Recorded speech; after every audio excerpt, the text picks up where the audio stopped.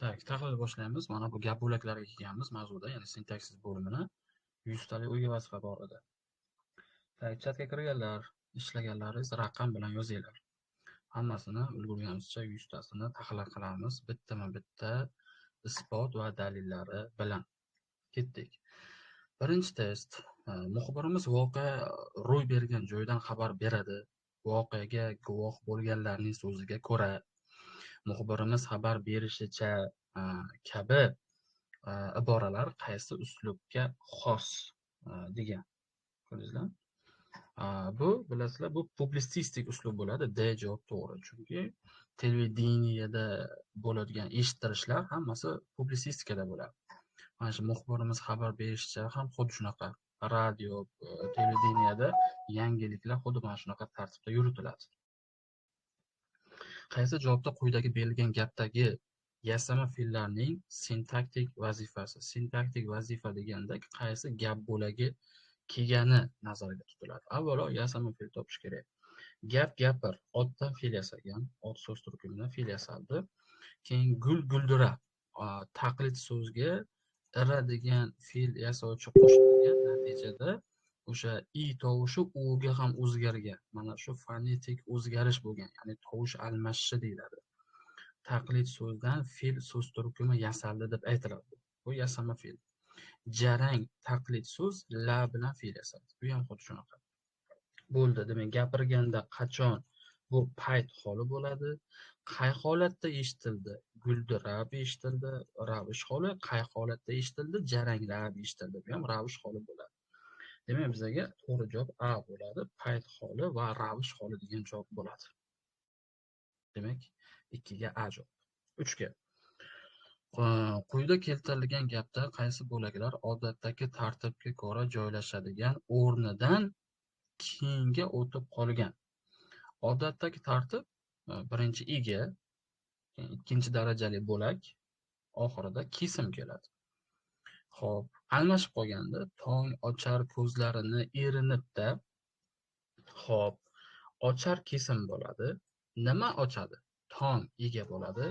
Ko'zlarini vositasi to'ldiruvchi. Qay holatda erinib ravish holi bo'ladi?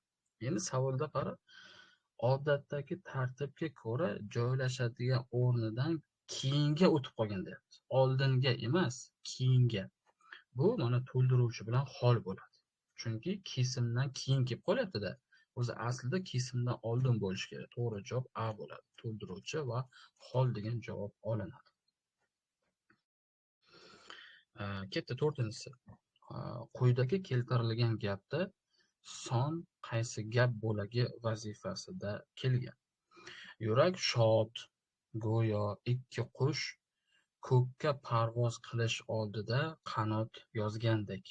Bu yerda ikki qush bor. Har doim son so'z turkumi otga tobelanganda, ya'ni shunaqa qoida bor. Son plus otga tobelansa, son aniqlovchi vazifasida keladi. To'g'ri javob A bo'ladi. Demak, ikki qushga aniqlovchi vazifasini beramiz.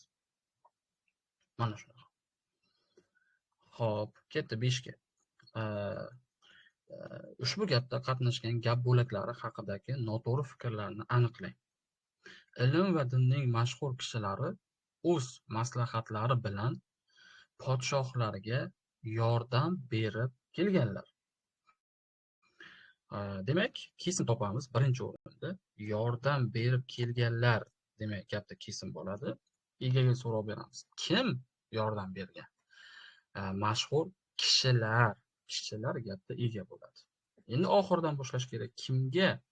Podshohlarga vositali to'ldiruvchi. Nima bilan? Maslahatlari bilan vositali to'ldiruvchi. O'zining qaratqich aniqlovchi. Mashhur kishilar qanday sifatlovchi aniqlovchi. Dinning qaratqich, ilmning qaratqich aniqlovchi bo'ladi. Bo'tmadi. Endi bizga noto'g'ri fikr kerak.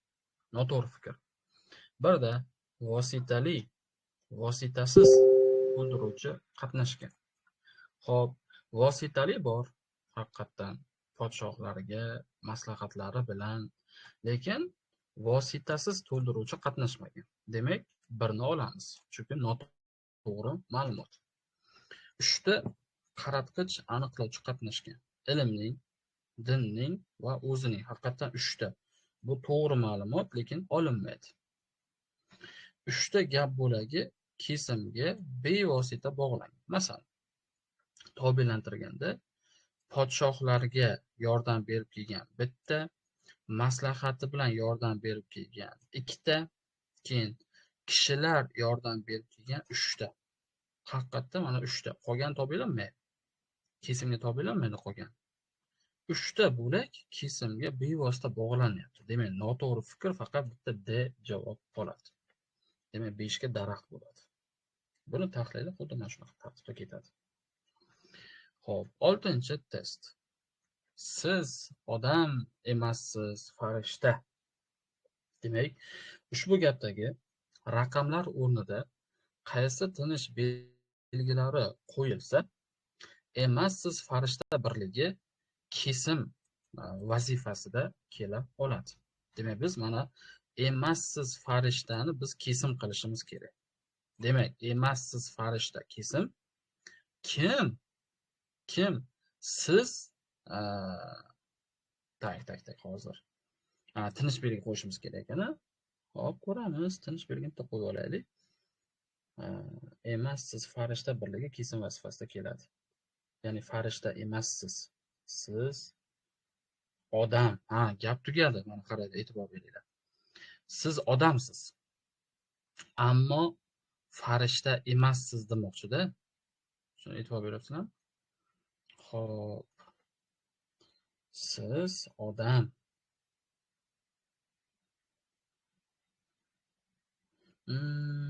Hozir birinchi raqamni o'rnida vergul qo'ysa qanday bo'ladi? Siz odam. Siz hozir. Sal chalg'ib qoldim o'zim. Tak, emassiz farishta birligi kesim bo'lish kerak debdi.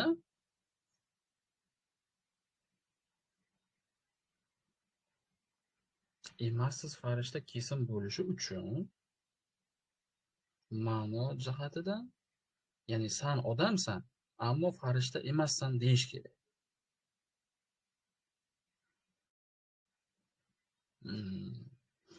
Oltiga savol A javob deyapsiz. 1ga terimi? Yo'q. 1ga teri, 2ga vergul qo'ysak bo'lar ekan. Nima uchun deylar? Sababi bugun markazda bitta qoida o'tdimki, ega va ot kesim o'rtasida terining ishlatilishi. Mana siz odamsiz. Mana bu yerda siz degan bog'lama tushib qolgan. Shuning uchun egadan keyin teri ishlatilyapti. Demak, biz birinchisiga teri qo'yishimiz kerak, ikkinchisiga vergul. Nima uchun? Chunki mana bu bitta gap tugadi. Sen odamsan, lekin farishta emassan deyish kerak, to'g'rimi? Ana shunda birinchisiga teri bo'ladi, ikkinchisiga vergul bo'ladi. Faqat uchinchisiga hech qanaqa tinish belgi ishlatilmaydi. Sababi o'zi savolda aytib turibdi, emassiz farishta birligi kesim bo'lishi kerak. Demak, kesim bo'lgandan keyin kesim o'rtasida vergul bo'lmaydi-ku. Shuning uchun demak to'g'ri javob D bo'ladi. Biriga demak teri qo'yamiz tinish belgidan, ikkinchisiga vergul bo'ladi. Bu gapni ajratish uchun ishlatiladi. D javob to'g'ri bo'ladi. D javob to'g'ri. Mana shunaqa tartibda bo'ladi.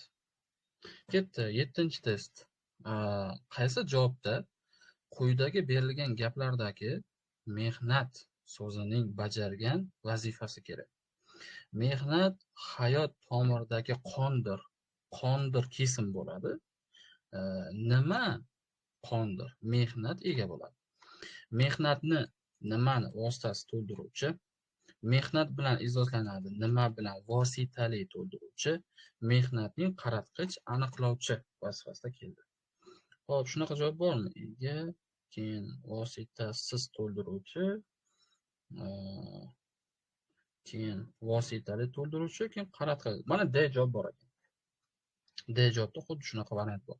Birinchisida ega, keyin vositasiz to'ldiruvchi, keyin vositali to'ldiruvchi va to'rtinchisida esa qaratqich aniqlovchi bo'ldi. Demak, D javob to'g'ri. 7ga.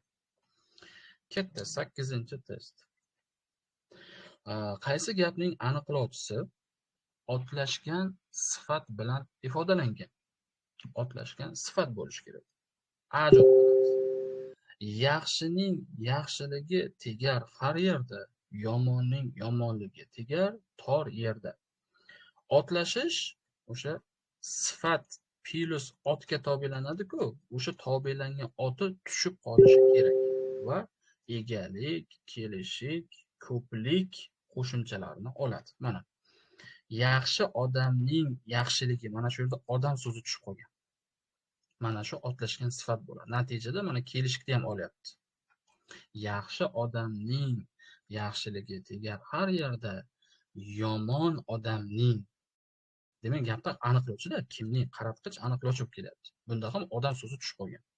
Demak, to'g'ri javob A bo'ladi. Mana bu B javobda ham bor. Otlashgan kim bilan? Yaxshi bilan. Demak, mana bu yerda yaxshi odam bilan odam so'zi tushib qolgan, faqat bu vositali to'ldiruvchi bo'lgan.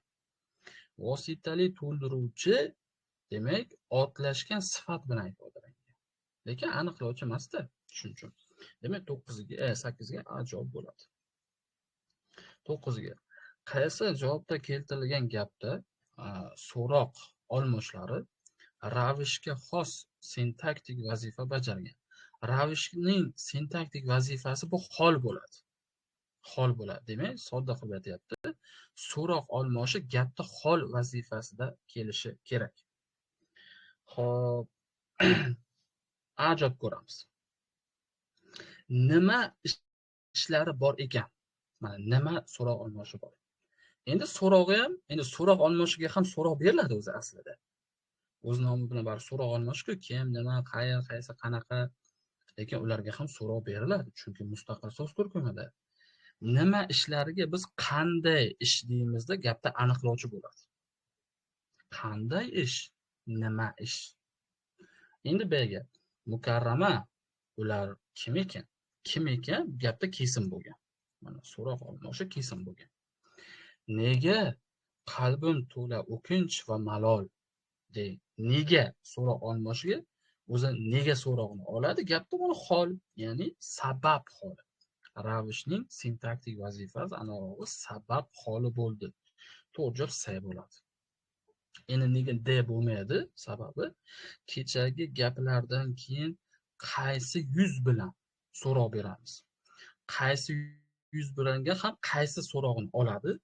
Bu aniqlovchi vazifasiga keladi. Aniqlovchi. Chunki umumiy qoida bor-da, qisqartirib aytganda mana aniqlovchi qachonki otga tobelansa u aniqlovchi bo'ladi-da. Mana aniqlovchi otga tobelansa, bunda ham qaysi so'zi otga tobelangan, nima so'zi ham mana otga tobelanganda. Aniqlovchi har doim otga tobelanadi. Holchi? Hol har doim kesimga tobelanadi. Mana nega to'la. To'la gapda kesim bo'lgan. Mana shu nega so'zini biz kesimga tobelantira olamiz. Shunday. Aniqlovchi otga tobelanadi, hol esa har doim kesimga tobelanadi. 10-test. She'riy parchadagi nechta gapda gap bo'laklari tartibi o'zgargan? Men ko'rganman osmonlarning tinig'ini, gap tugadi. Toshlar tegdi, gap tugadi. Terib oldim sinig'ini, tugadi. Beshikdagi go'daklar tig' sanchlab tugadi. Shunda bildim. Xolos nechta gap bor ekan? 5 ta sodda gap bor. Ichida 5 ta gap bor. Endi almashganlar, mana ko'rganman kesim bo'lgan, men ega bo'lgan, ikkinchi darajali bo'laklar o'zgarib ketgan. Toshlar tegdi, toshlar ega, tegdi kesim. Bu o'zgarmagan. Bu odatdagi tartib. Terib oldim sinig'ini, terib oldim kesim, sinig'ini to'ldirish. Mana bu o'zgarib ketdi. Ikkita bo'ldi hozircha. Beshikdagi go'daklarga tig' sanchdilar. Sanchdilar kesim, mana bular ikkinchi darajali bo'laklar. Bu odatdagi tartib bu. Shunda bildim martlarning qilig'ini. Mana bildim kesim gapni o'rtasida kelib qolgan. 3 ta ekanda, to'g'ri javob C bo'ladi.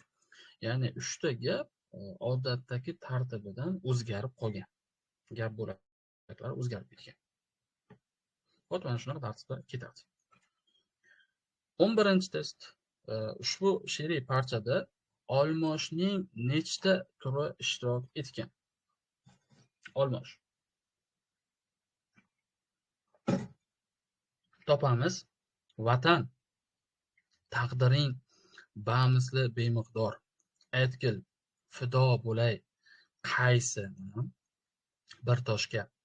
Birov do'stlaru xorijlari bor, mening hech kimim yo'q o'zingdan boshqa. Jami 5 ta olmosh bor ekan. Demak, 11 ga D javob bo'ladi. 12.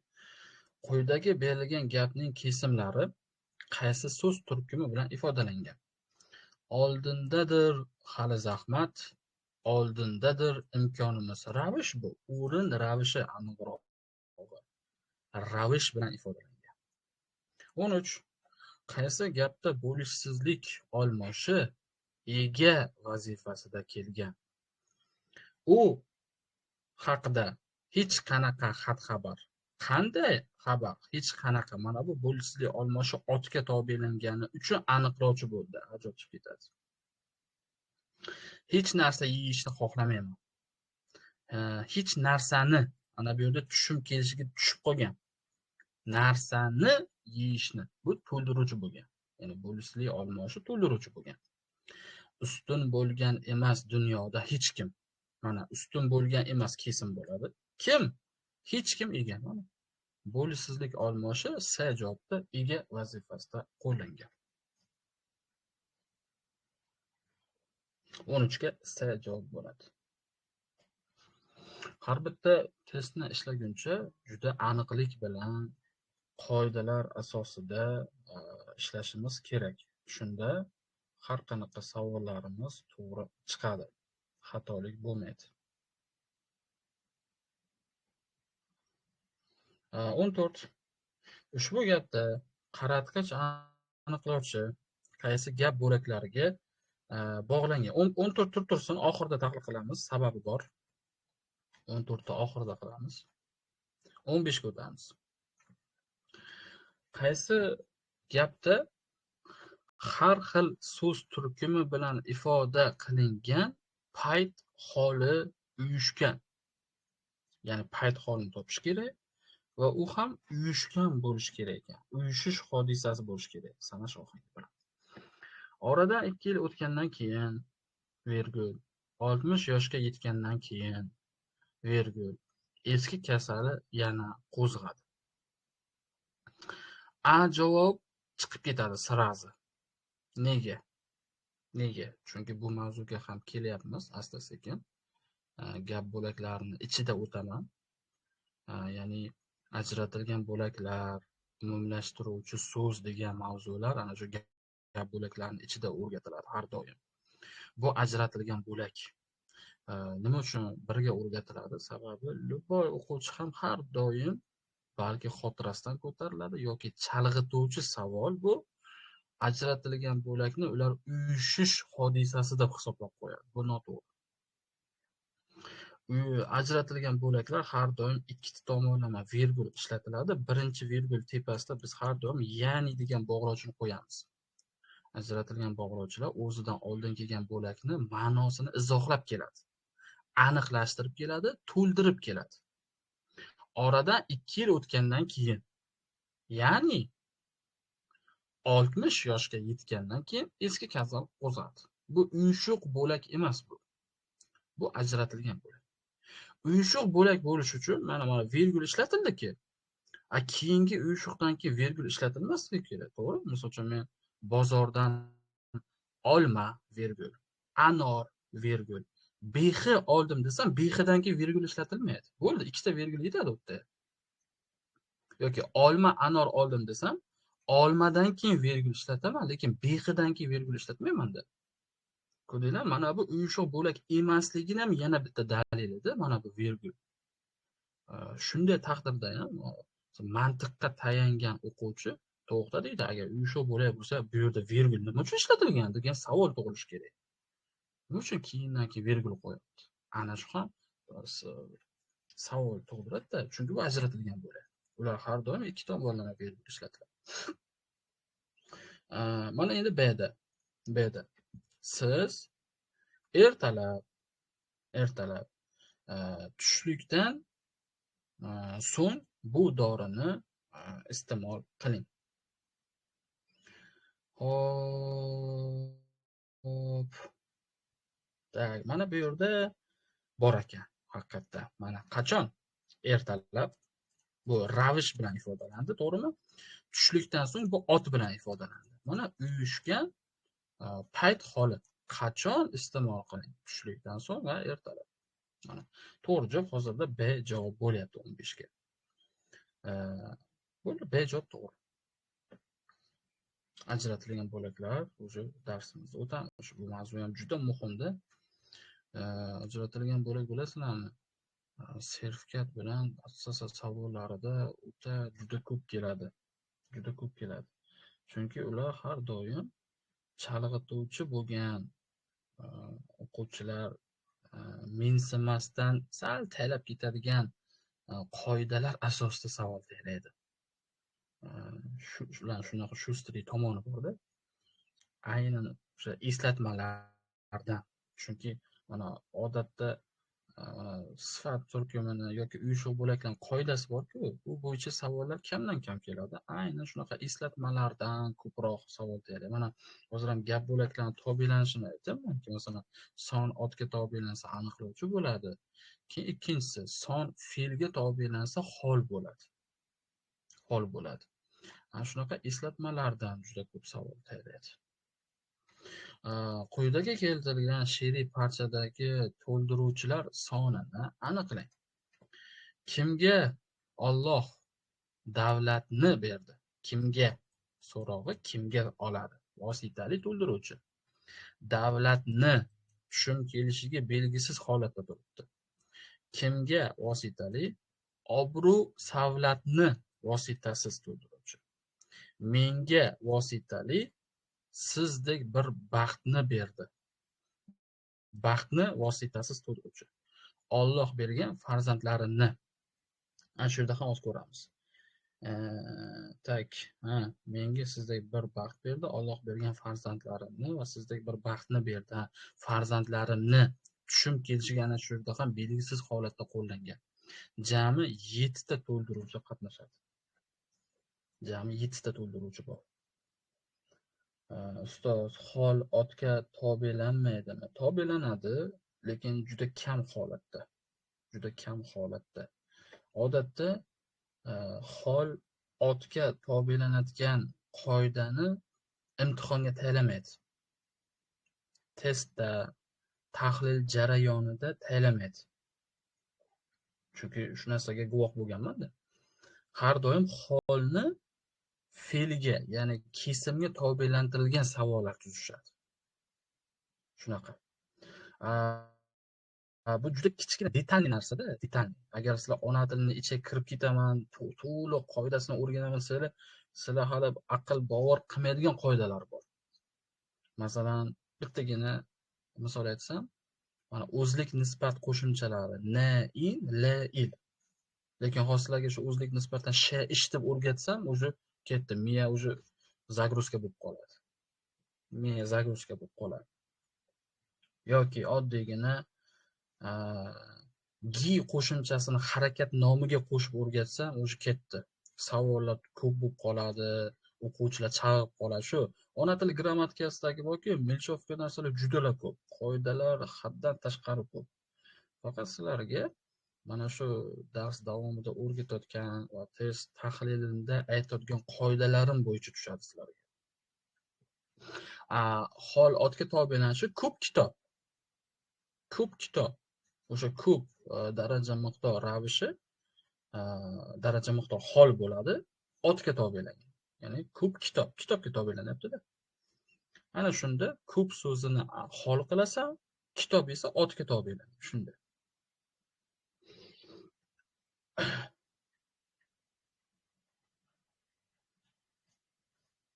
Xo'p, nima debsizlar?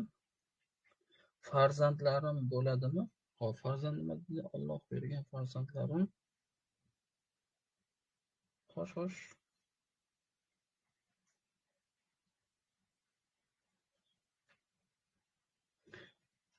Farzandlarga aytyapti-ku o'zi debsizlar. Farzandlarim deb shu farzandga nisbatan aytilyapti-ku. 6 ta olmoqchimisalar. Xos. Kimga Alloh davlat berdi? Kimga obro' savlatni berdi? Menga sizdek bir baxtni berdi Alloh bergan farzandlarim.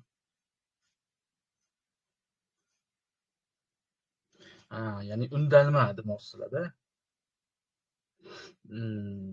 Alloh bergan farzandlarim undalma bo'lgan ekan-a.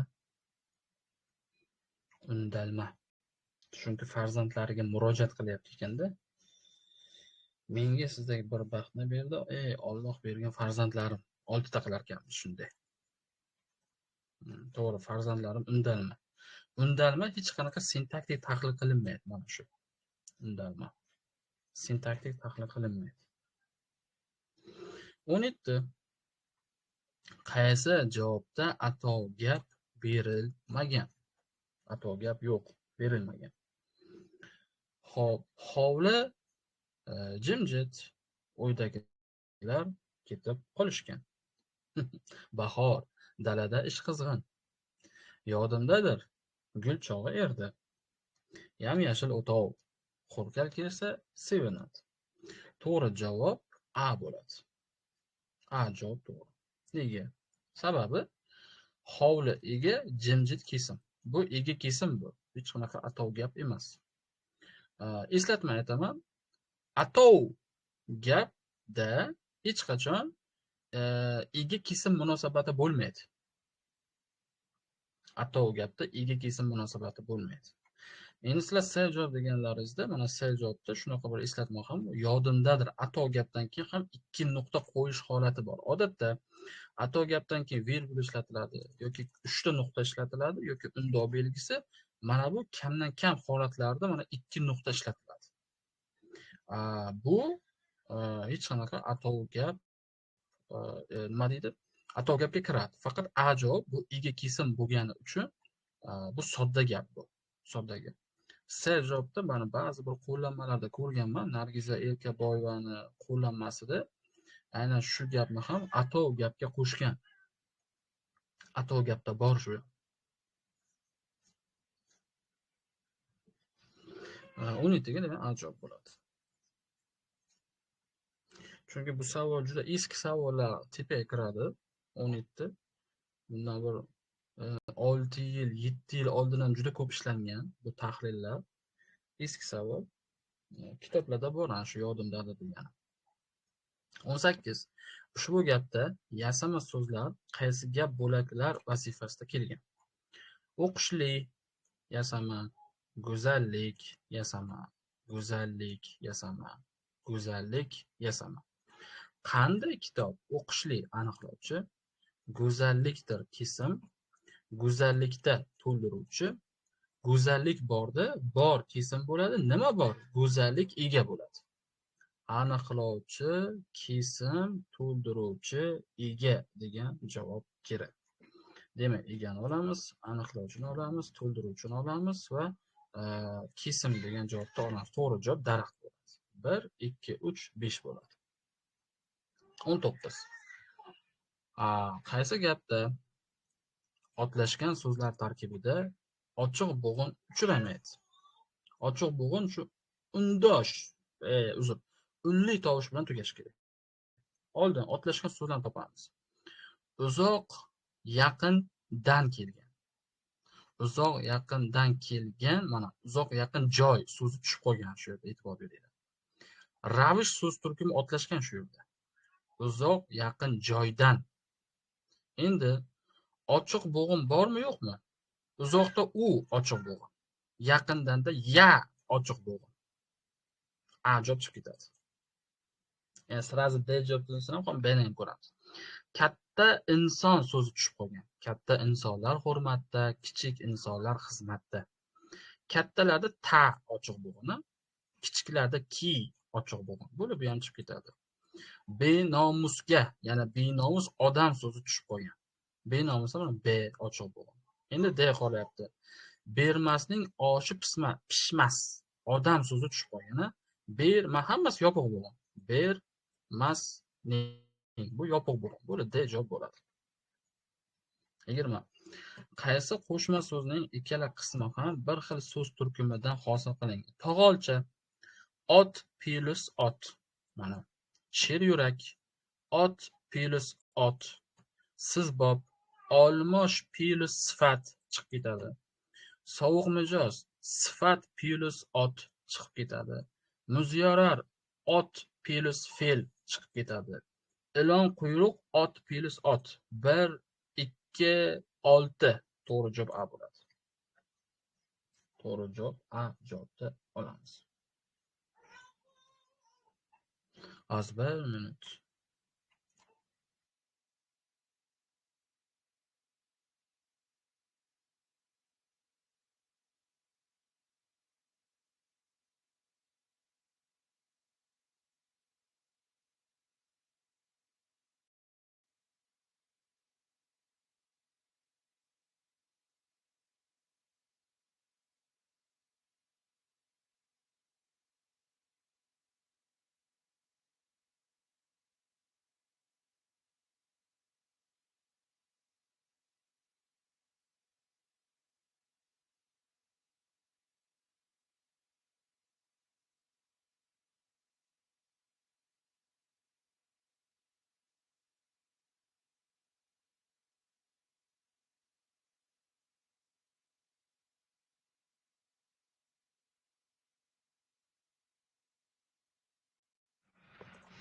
Hop, 21 ga keldik. O'zamiz.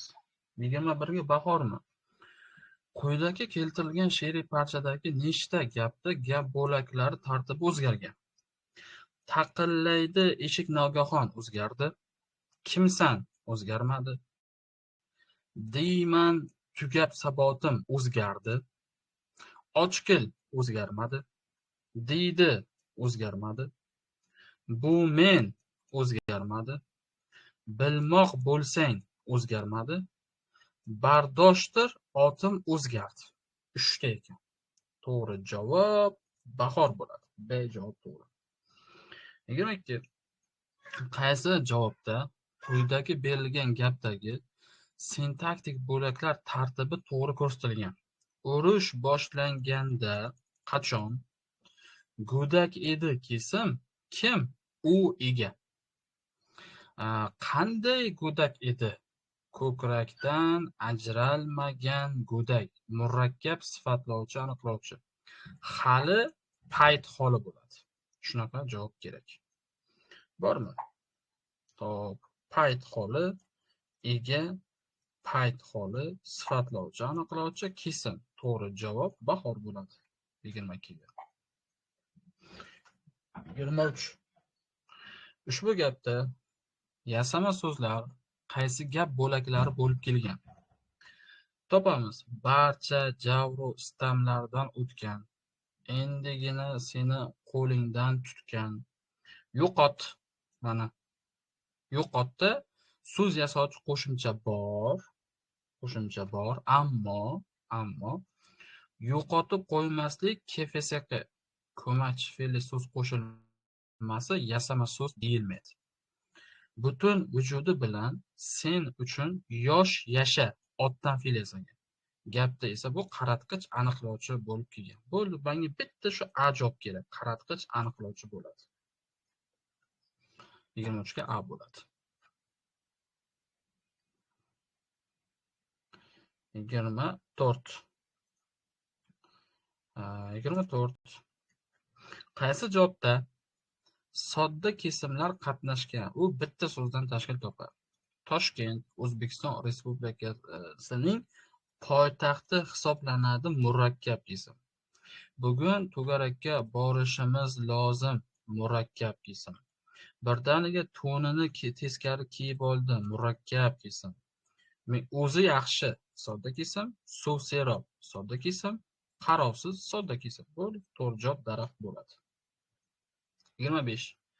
Ushbu gapda nechta aniqlovchili birikma ishtirok etgan? Sening tug'ilib o'sgan shahringdan ayrilib yashashingga ko'zim yetmasdi, gap tugadi. Demak, shunda bormi? Sening bor ekan, aniqlovchi. Tug'ilib o'sgan qanday shahar? Tug'ilib o'sgan shahar mana. Bo'ldi, demak, to'bilantirsak, sening shahringda bitta, tug'ilib o'sgan shahar ikkita. Hozircha mana bu yerda ikkita aniqlovchili birikma bor. Endi ikkinchi gapda, buni hammadan ham men juda yaxshi bilaman. Ikkita aniqlovchi yo'q. Buni to'ldiruvchi, hammadan to'ldiruvchi men ega juda hol bo'ladi, yaxshi ham hol bo'ladi, bilardim deysan. Ikkinchi gapda aniqlovchi qatnashmagan. Mana shu. Demak, to'g'ri javob bahor bo'ladi. Faqat ikkita aniqlovchili birikma bor. 26. Xo'p, savol. Ot yasovchi qo'shimcha qo'shilganda bir keng unli boshqa bir keng unliga almashishi bilan bog'liq tovush o'zgarishi ko'makchi morfemadagina, ya'ni qo'shimchadagina kuzatilgan gaplarni aniqlang. Bodroqda ot yasovchi qo'shimcha bor. Bodroq ot yasagan. A tovushi o'ga almashgan. Bir keng unli boshqasiga almashyapti. Ammo bu asosda bo'lyapti. Ko'makchi morfemada emas. Bu asosda bo'lgani uchun chiqib ketadi. Natijada B javob ketdi, C javob ketdi, D javob ketdi. Ikki qolyapti. Butun vujudini qaltiroqda Q ot yasagan. A o'ga almashgan. Keng unli boshqa keng unliga. Bu ko'makchi morfemada o'zgaryapti. Asos nima? Qalt. Bu yozdimki, ira qo'shilgandi. O'sha iradagi A tovushi o'ga almashgan. Mana shu ikkini olamiz. 4chi. Mahmuslar qiynoqda Q ot yasagan. Qiynamoq fe'lidan ot yasaldi. A o'ga almashgan. Ko'makchi morfemada bo'lgan. Asosda emas. Asos nima? Qiyin bo'lgan. Unga A degan so'z yasovchi qo'shilgan. Natijada o'sha A qo'shilgandan keyin qiyindagi I tovushi tushgan. Qiynamoq fe'li hosil bo'lgan. Keyin qiynamoqqa Q qo'shilyapti, A o'ga almashib ketyapti. Bu shu qo'shimcha tarkibida o'zgarishda bu. Demak, to'g'ri javob A bo'ladi. 27. Ushbu gapdagi yasama so'zlar haqidagi to'g'ri hukm toping. Hamdardlik yasama odamning qayg'u-hasratlariga achinib, o'zida ham qayg'u hosil qilmoq qo'shma fe'l yasama. Quruq yasama, yuzaki yasama, hamdardlik yasama. Bo'ldi. Bizga endi to'g'ri hukm kerak. Demak, necha o'rinda yasama fe'l shuni topish kerak ekan. Hamdardlik yasama ot, hosil qilmoq yasama fe'l, quruq yasama sifat, yuzaki yasama sifat, hamdardlik yasama ot. Ikkita ot bor ekan. Ikkita sifat bor ekan. Bitta fe'l. Shunaqa javob kerak. Ikkita, qani shunaqa javob bormi? Semi. Ikkita o'rinda ot, ikkita o'rinda sifat, bir o'rinda fe'l. Mana C javobda bor ekan. C javob to'g'ri bo'ladi. 28. Ushbu she'riy parchadagi egalarni topamiz. Bir kun ko'zlarimdan qochdi uyqular ega. Bir kun yuragini ochdi tuyg'ular ega. Men seni esladim. Men. Shunaqa bormi? Tuyg'ular, men to'g'ri javob daraxt bo'ladi. 28 ga D javob to'g'ri. 30. Qaysi qatorda berilgan so'z birikmalaridagi barcha so'z yasovchi qo'shimchalar shakldoshlariga ega? Bunda tishlaringiz o'tdimi? Ko'plarning tishi o'tmaydi. Avvalo, so'z yasovchini topamiz. Qovurmada ma so'z yasovchi, chiroylida li so'z yasovchi, yumshoqda q so'z yasovchi. Lekin a javobni chiqarib tashlayman. Sababi chiroylidagi li qo'shimcha shakldosh qo'shimcha emas. U faqat sifat yasaydi. Hech qanday ot yoki fe'l, ravish yasamaydi. Uni shakldosh varianti mavjud emas.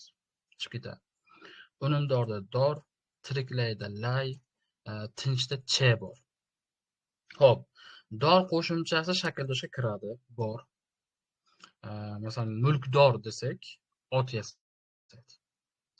Tiriklay so'zida bu ravish yasovchi, e'tibor beringlar. Tiriklay o'ldirmoqda, lay ravish yasagan. Endi lay qo'shimchasi omonim emas, ya'ni shakldosh emas. U faqat ravish yasaydi, boshqa vazifasi yo'q. Demak, shuncha chiqib ketadi. Endi erinchoqda choq, suvlar toshqinda qin, yuzlab askarlarda lab qo'shimchasi. Xo'p, choq qo'shimchasi shakldosh. Erinchoqda sifat yasagan. Agar qo'zichoq desam, nima deydi? Choqcha kichraytirish qo'shimchasi. Ya'ni lug'aviy shakl yasovchida kichraytirish qo'shimchasi. Bu shakldosh. Toshqinda ot yasagan. Jo'shqin desam sifat yasaydi. Bu ham shakldosh.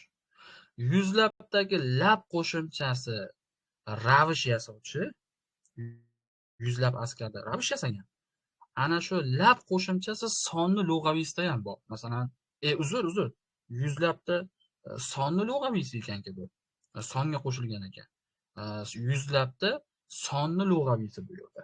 Endi ravish yasaydi. Masalan, butun nima deydi? Ertalab deydik. Ravishdan ravish yasaydi. Ertalab. Ertalab. Ravishdan ravish yasaydi. Ana shunda bu ham shakldoshga kiradi. To'g'ri javob C bo'ladi. Bo'ldi.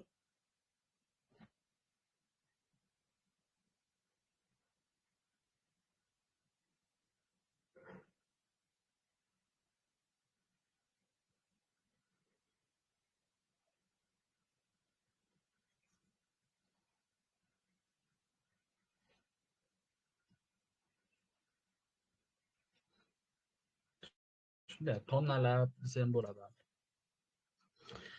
Hop. 50 gacha kuchimiz yetayotganmi? 50 tasini. Hop, 31 ga.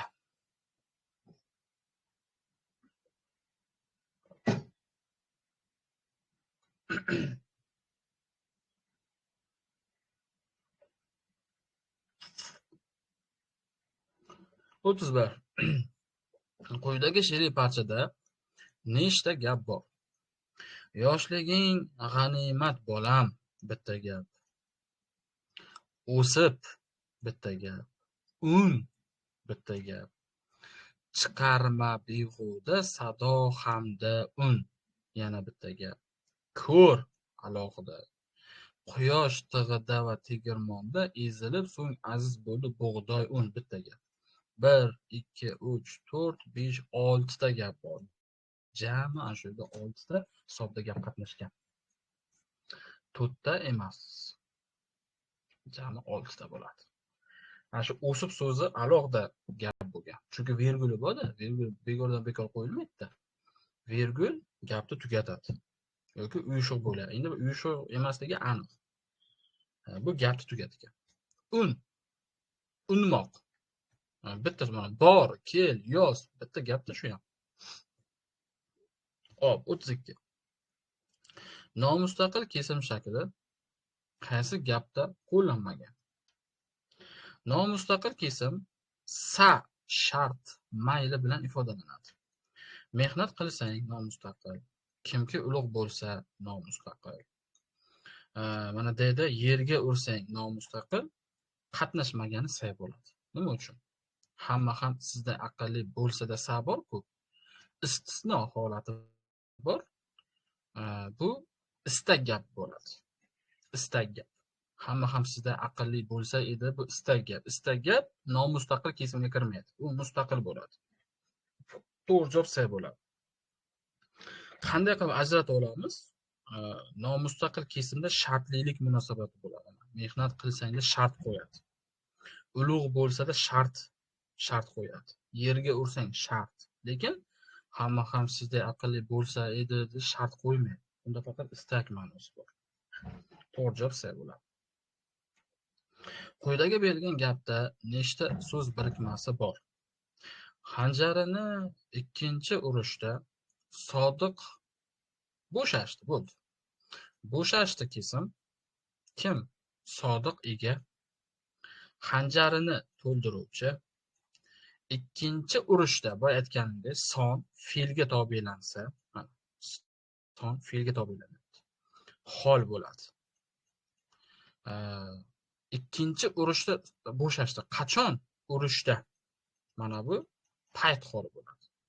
Ikkinchi daraja miqdor holi. Urushda esa payt holi. Endi so'z birikma qilamiz. Xanjarini urushda bitta, ikkinchi urushda ikkita, urushda bo'shashda uchta. Birinchi gapda uchta so'z birikma bor. Ega kesim so'z birikmaga kirmaydi. Va qo'lidan xanjari tushdi. Tushdi kesim. Nima tushdi? Xanjari ega. Qo'lidan to'ldiruvchi. Qo'lidan tushdi bo'ldi bitta. Ega kesim so'z birikmaga kirmaydi. Jami 4 ta bo'ladi. S javob to'g'ri. Jami 4 ta so'z birikma shu yerda qatnashgan. 34. Qaysi gapdagi sifatlar bir xil gap bo'lagi vazifasida kelgan?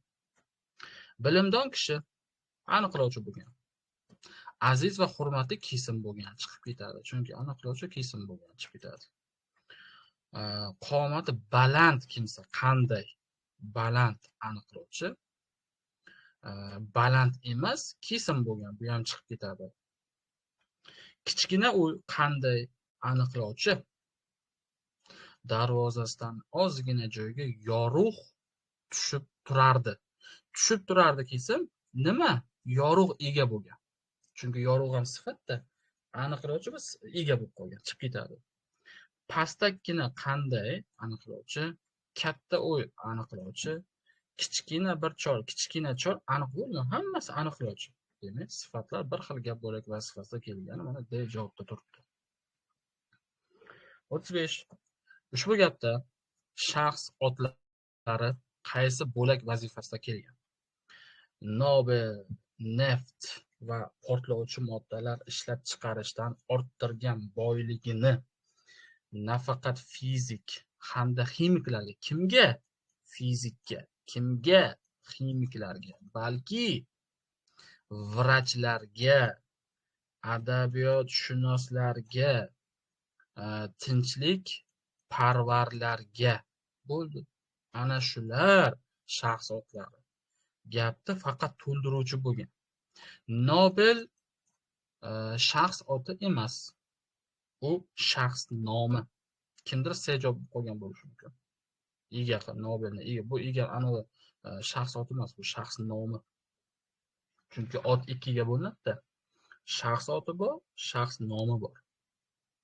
Ya'ni turdosh oti va atoqli oti shuni. 36. Ushbu gapdagi fe'llarning sintaktik vazifasini ko'rsating. Bir mahal demak fe'l degan ekan, bir mahal bola yig'ladimi? Yo tashqarida shamolning guvillashi aralash dahshatli bir faryodi quloqiga kirdimi? Anglay olmay qoldi. Demak, xullas yig'ladimi? Kesim bo'lgan. Guvillashi aralash faryod. Qanday faryod? Guvillashi aralash aniqlovchi bo'lgan. Mana. Guvillash chunki fe'lda. Harakat nomi fe'l, ya'ni aniqlovchi bo'lgan. Kirdimi? Kesim bo'lgan. Anglay olmay qoldi kesim. Xullas, aniqlovchi va kesim degan javob kerak. Mana to'g'ri javob C bo'ladi. Kesim va aniqlovchi. C javob to'g'ri. 37. Quyidagi berilgan gapdagi ibora qaysi gap bo'lak vazifasida kelgan? Daladagi hosilni ko'rib, raisning boshi osmon kesimda, xullas C javob bo'ladi. Ibora. 38. Qaysi gapda takror sifat vositasiz to'ldiruvchiga bog'langan deyapti. Takroriy sifat. Yangi ariqlarni kovlab, mana yangi takroriy sifatimiz ariqlarni to'ldiruvchiga tobelanyapti. Tushum kelishiga tushib qolganda belgisiz holatda turibdi. A javob to'g'ri bo'ladi. 39. Ushbu gapda otlashgan so'zlarning sintaktik vazifasi. Achchiq narsa so'zi tushib qolgan. Chuchuk narsa so'zi tushib qolgan. Totgan odam so'zi tushib qolgan. Uzoq bilan yaqinda uzoq joy so'zi tushib qolgan. Yaqin joy so'zi tushib qolgan. Nechta chiqyapti? 5 ta javob. 5 ta otlashgan so'z bor shu yerda. Endi ularning sintaktik vazifasi. Achchiq bilan nima bilan to'ldiruvchi, chuchukni vositasi to'ldiruvchi, totgan ega bo'lgan. Bilar kesim, totgan ega. Uzoq bilan nima bilan to'ldiruvchi, yaqinni vositasi to'ldiruvchi, yurgan ham o'tlashgan ekan mana. Yurgan odam 6 ta ekan. Yurgan ega bo'ladi. Xullas, to'ldiruvchi va ega bo'lgan ekan. Qani shunaqa bo'l, mana D javob to'g'ri. To'ldiruvchi va ega vazifasida kelgan hammasi. 40-test. Berilgan gapda kishilik olmoshi qaysi bo'lakka tobelangan? Men, mana kishilik olmoshi, shu uzundan uzoq umrimdachi bolam hech qachon bunday ojiz, bunday ayanchli ahvolga tushmaganman. Ahvolga tushmaganman kelsa men. Xullas kesimga tobelanadi. S javob bo'ladi. Ega vazifasiga kelgan, ega har doim kesimga tobelanadi. Yomon charchadim, gapirib.